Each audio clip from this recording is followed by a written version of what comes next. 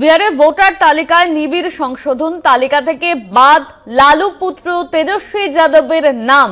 বাদ গেল খোদ প্রাক্তন উপমুখ্যমন্ত্রীর নাম। হ্যাঁ, ঠিকই শুনছেন, তেজস্বী যাদব বিহার এসআইআর এ লালু পুত্রের নাম বাদ চলে গেল।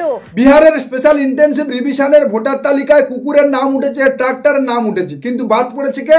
বাদ পড়েছে বিরোধী দলের প্রাক্তন উপমুখ্যমন্ত্রী, যার বাবা বিহারের 4 বারের মুখ্যমন্ত্রী, যার মা 1 বারের মুখ্যমন্ত্রী, যে নিজে কদিন আগে পর্যন্ত বিহারের উপমুখ্যমন্ত্রী ছিল, সে এখন বিহারের ভোটার নয়। আর এটাই আমাদের ভারতবর্ষের স্বাধীন নির্বাচন কমিশন ও তার স্পেশাল ইন্টেন্সিভ রিভিশন বা বিরোধী শূন্য ভোটার তালিকা সংশোধনী ও তার কার্যকলাপ। আর যার জন্য মনে হয় এই আমাদের রাজ্যের বিরোধী দলনেতা বা ভারতীয় জনতা পার্টির নেতারা হলপ করে বলে দিতে পারে, সগর্বে বলে দিতে পারে, বিহারে 50 লক্ষ বাদ পড়েছে, মানে বাংলায় 1,25,00,000। বিহারে যদি 50 লাখ বাদ যায়, এখানে 1,25,00,000, এখানে 1,25,00,000। বিরোধী শূন্য মুসলমান শূন্য ভোটার তালিকা তৈরি করা যদি নির্বাচন কমিশনের স্পেশাল ইন্টেন্সিভ ডিভিশনের অন্যতম লক্ষ্য হয়ে থাকে, তাহলে বাংলা থেকে 1,25,00,000 কেন? অনায়াসে বাদ পড়বে 3,25,00,000 বেশি। আর নির্বাচন কমিশন বিহারে যে গুরুত্বের সঙ্গে ভুয়ো ভোটার ঢোকাচ্ছে ও বিরোধী রাজনৈতিক দলের নেতাদের নাম কেটে বাদ দিচ্ছে, তাতে করে পশ্চিমবাংলায় যদি স্পেশাল ইন্টেন্সিভ রিভিশন বা এসআইআর হয়, তাহলে ভারতীয় জনতা পার্টিকে নির্বাচন লড়তে হবে না, অনায়াসে ক্ষমতায় চলে আসবে। শুভেন্দু অধিকারী নির্ভয়ে জামা প্যান্টের মাপ দিতে পারে, কিন্তু সমস্যা হয় এক জায়গায়, অভিষেক ব্যানার্জি, যে গতকালকে নির্বাচন কমিশনকে চ্যালেঞ্জ ছুঁড়ে হুঁশিয়ারি দিয়েছেন, বাংলায় 2 কোটি কেন, 2টো ভোটারের নাম বাদ দিয়ে দেখান, বুঝিয়ে দেবো কত ধানে কত চাল। 2টো লোকের নাম বাদ দিক না, 2 কোটি কি, 2টো লোকের নাম বাদ দিক, ক্ষমতা থাকে, কত ধানে কত চাল বুঝিয়ে দেবো। 2টো লোকের নাম বাদ দিক না, 2 কোটি কি, 2টো লোকের নাম বাদ দিক, ক্ষমতা থাকে, কত ধানে কত চাল বুঝিয়ে দেবো। শুভেন্দু অধিকারী যতবার ঘুঁটি সাজিয়েছে, অভিষেক ব্যানার্জি ততবার ফিনাইল ঢেলে দিয়েছে। বাবা, দল ছেড়েছি, বিজেপিতে এসেছি, এবার তো ছেড়ে দে, এবার তো শান্তি দে।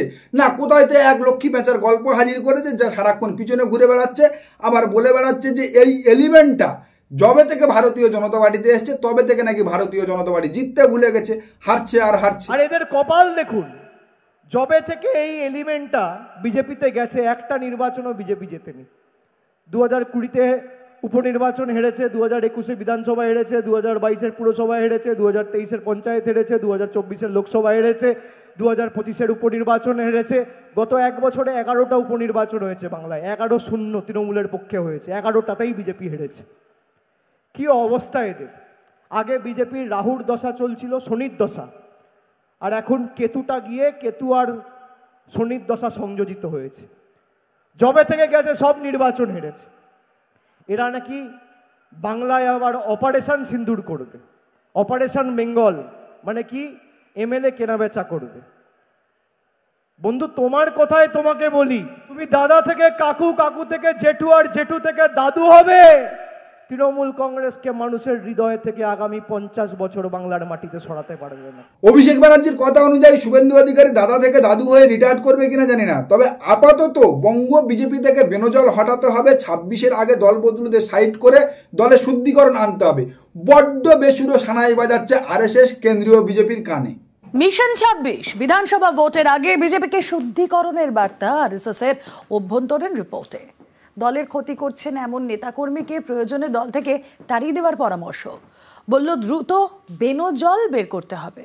এখন বঙ্গ বিজেপিতে কে বেনজল, তার নিশ্চয়ই নতুন করে বাংলার মানুষকে বোঝাতে হবে না। হ্যাঁ, এটাই আলোচনা হচ্ছিল, এটাই ঘষা মাজা চলছিল বঙ্গ বিজেপি ও কেন্দ্রীয় বিজেপির মধ্যে। বেনজল সরাতে হবে, বেনজল সরাতে হবে, তা কেবলমাত্র সম্ভব হচ্ছিল না নেতার অভাবে।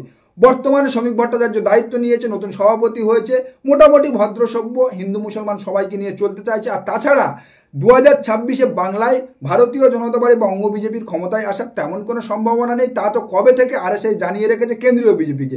আর সেই জায়গা থেকে যারা দলটাকে, ভারতীয় জনতা পার্টিটাকে নিজেদের বাপকেলের সম্পত্তি বানিয়ে ফেলতে চাইছে বা বানিয়ে নিয়েছে অনেকটা, এখন আরএসএস এর ইশারায় বা আরএসএস এর পরামর্শে তাদেরকে 26-এর আগে তৃতীয় বেঞ্চে দেখা গেলেও যেতে পারে। ছবি আপনারা দেখতে পাচ্ছেন, বিক্ষোভের পর কিন্তু যুব সাহাকে চাঞ্চল্য করে নিয়ে যাওয়া হচ্ছে, একেবারে চাঞ্চল্য করে নিয়ে যাওয়া হচ্ছে। সিন্ধু থানার পুলিশ কিন্তু তাকে চাঞ্চল্য করে নিয়ে যাওয়া হচ্ছে।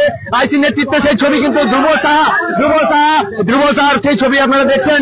একেবারে কি অবস্থায় তাকে কিন্তু গ্রেফতার করে নিয়ে যাওয়া হচ্ছে, আটক করে নিয়ে যাওয়া হচ্ছে, আটক করে নিয়ে যাওয়া হচ্ছে।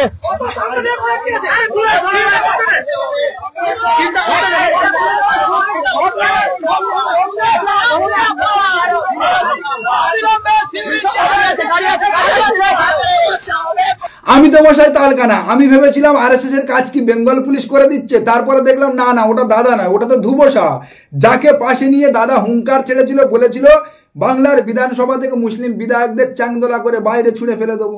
এখন যাকে পাশে নিয়ে দাদা হুঙ্কার ছেড়েছিল, বলেছিল যে বাংলার বিধানসভা থেকে মুসলিম বিধায়কদের চাংদোলা করে ছুঁড়ে বাইরে ফেলে দেবো, তাকেই এত তাড়াতাড়ি নাগরদোলায় তুলতে হবে, তা কি আর দাদা জানতো?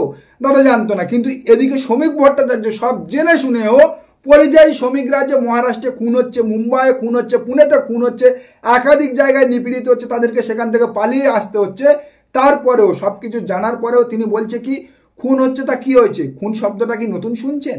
বাঙালি শ্রমিকরাও তো একের পর এক খুন হচ্ছে, বাঙালি শ্রমিকরাও একের পর এক খুন হচ্ছে। মুম্বাইয়ে খুন হয়েছিল, আবার পুনেতে একটা খুন হয়েছে, খুন কি রে?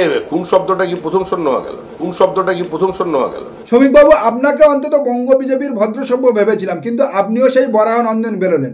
আর হবে না এবার কেন শ্রমিকবাবু? বলবে না বা কেন খুন হয়েছে, তা কি হয়েছে? খুন শব্দটা কি নতুন শুনছেন?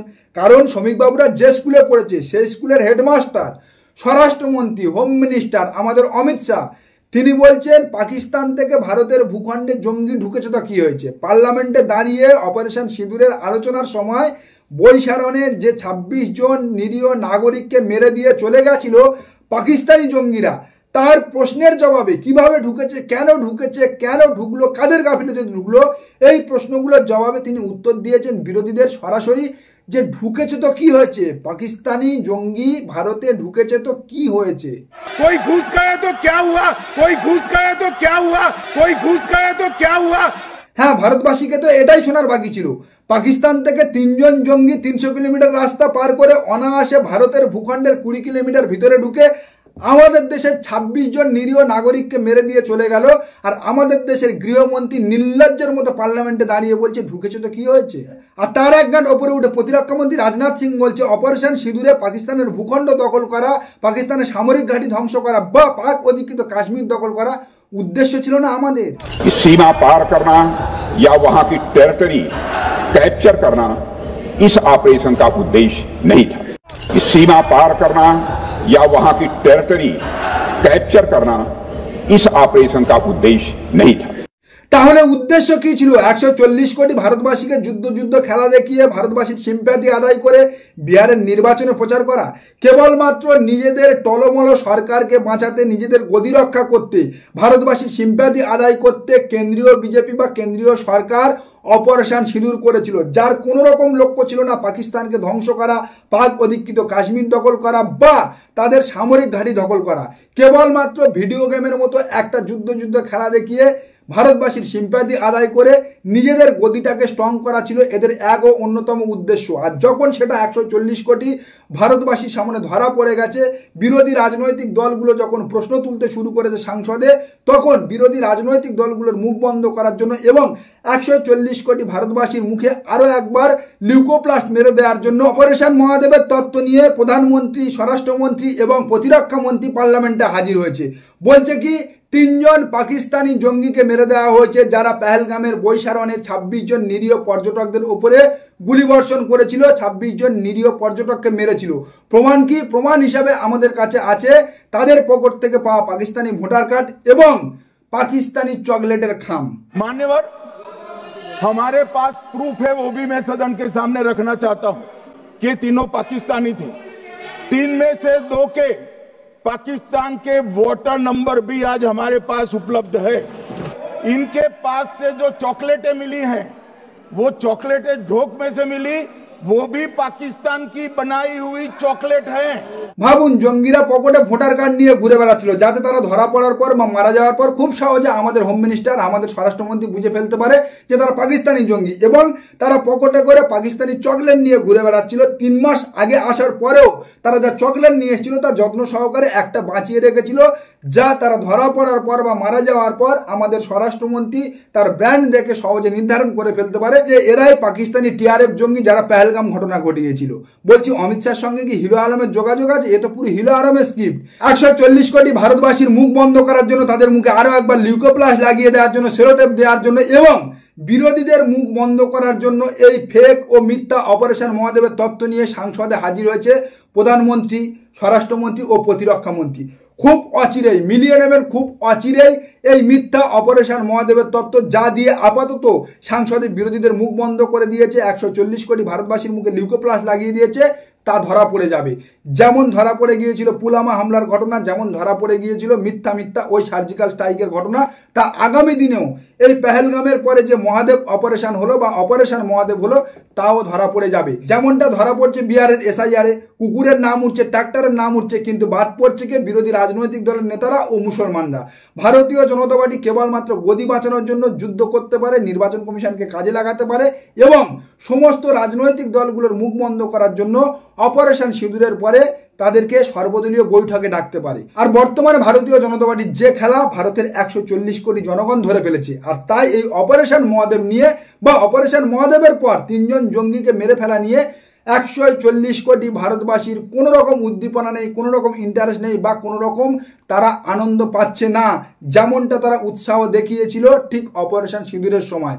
ভারতীয় জনতা পার্টির ফানুস লুজ হচ্ছে, ভারতীয় জনতা পার্টির মিথ্যার ফানুস একের পর এক দিনের পর দিন ফেটে জনগণের সামনে তাদের আসল কঙ্কালসার চেহারা বেরিয়ে পড়ছে। খুব অচিরেই, খুব শীঘ্রই নির্বাচন কমিশন এই এসআইআর নামে যে খেলা খেলতে চাইছে তা সুপ্রিম কোর্টে খোলাসা হয়ে যাবে এবং ভারতীয় জনতা পার্টি এই অপারেশন সিঁদুর ও অপারেশন মহাদেবের সিম্প্যাথি দিয়ে যে বিহারে ক্ষমতায় আসতে চাইছে ও বাংলায় ক্ষমতা দখল করতে চাইছে, তাতে সাধারণ জনগণ ক্যাঁচকলা দেখাবে। নমস্কার, আজকে প্রতিবেদন এখানেই শেষ করলাম। দেখা হচ্ছে আগামী কোনো প্রতিবেদনে। আমাদের প্রতিবেদন সম্পর্কে আপনাদের মতামত অবশ্যই জানান আমাদের কমেন্ট সেকশনে। সবাই ভালো থাকবেন।